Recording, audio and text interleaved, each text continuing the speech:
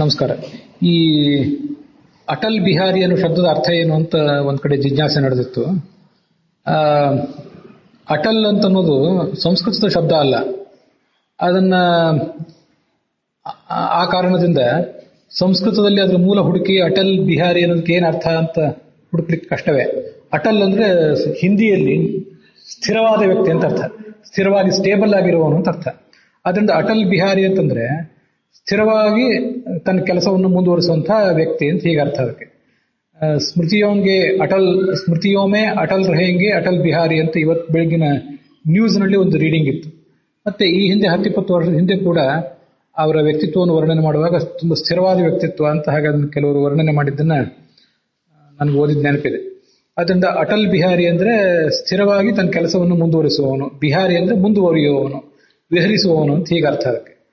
ಅದರಿಂದ ಸಂಸ್ಕೃತದ ಅತುಲ ವಿಹಾರಿ ಅನ್ನೋದು ಹಿಂದಿಯಲ್ಲಿ ಅಟಲ್ ಬಿಹಾರಿ ಅಂತ ಆಯ್ತು ಅಂತ ನಾವು ಹೇಳೋದು ಕಷ್ಟ ಆಗ್ತದೆ. ಹಾಗೆ ಹೇಳೋದು ಅಷ್ಟು ಉಚಿತವಾಗಿ ಕಾಣಿಸೋದಿಲ್ಲ. ಮತ್ತೆ ಇದಕ್ಕೆ ಸಮಾನವಾದ ಕೆಲವು ಶಬ್ದಗಳು ಸಂಸ್ಕೃತದಲ್ಲಿವೆ, ಅದನ್ನು ಕೂಡ ನಾವು ಗಮನಿಸಬಹುದು. ರಾಸ ಬಿಹಾರಿ ಘೋಷ್ ಅಂತ ನೀವೆಲ್ಲರೂ ಒಬ್ಬರದು ಕವಿ ಅಥವಾ ಸ್ವಾತಂತ್ರ್ಯ ಹೋರಾಟಗಾರ, ಅವ್ರ ಹೆಸರು ಕೇಳಿರ್ಬೇಕು. ಅಲ್ಲಿ ರಾಸ ಬಿಹಾರಿ ಅಂತಂದ್ರೆ, ರಾಸ ಅಂತಂದ್ರೆ ಯಮುನಾ ನದಿಯ ತೀರದಲ್ಲಿ ಕೃಷ್ಣ ಗೋಪಸ್ತ್ರೀಯರ ಜೊತೆ ನೃತ್ಯ ಇತ್ಯಾದಿ ಮಾಡಿದ್ನಲ್ಲ, ರಾಸಕ್ರೀಡೆ, ಅದು ರಾಸ.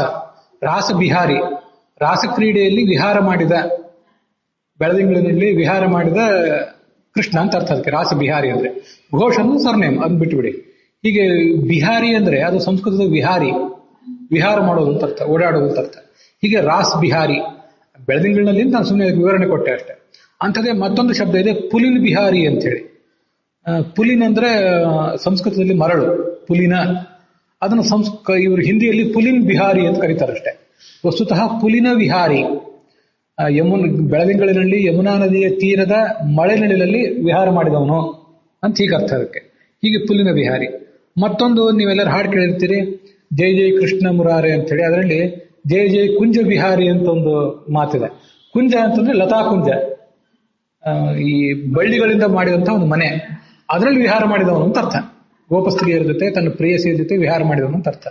ಹೀಗೆ ಕುಂಜ ವಿಹಾರಿ ಅದು ಕುಂಜ ಬಿಹಾರಿ ಆಗಿದೆ, ಪುಲಿನ ವಿಹಾರಿ ಅದು ಪುಲಿನ್ ಬಿಹಾರಿ ಆಗಿದೆ, ರಾಸ ವಿಹಾರಿ ರಾಸ್ ಬಿಹಾರಿ ಆಗಿದೆ. ಮತ್ತೆ ಈ ಅಟಲ್ ಬಿಹಾರಿ ಇದೇನಿದೆ ಸಂಸ್ಕೃತ ಶಬ್ದವೇ ಅಲ್ಲ. ಅಟಲ್ ಅನ್ನೋದು ಪೂರ್ಣ ಹಿಂದಿ ಶಬ್ದವೇ, ಬಿಹಾರಿ ಅಂತ ಅನ್ನೋದು ಮಾತ್ರ ಸಂಸ್ಕೃತದ ಶಬ್ದ, ಬಿಹಾರಿ ಅಂತ ಹೇಳಿ. ಹೀಗೆ ಕೆಲವು ಶಬ್ದಗಳು ಆಗ್ತವೆ. ಇದರ ಬಗ್ಗೆ ವಿದ್ವಾಂಸರು ತಮ್ಮ ಅಭಿಪ್ರಾಯ ತಿಳಿಸ್ಬೇಕು.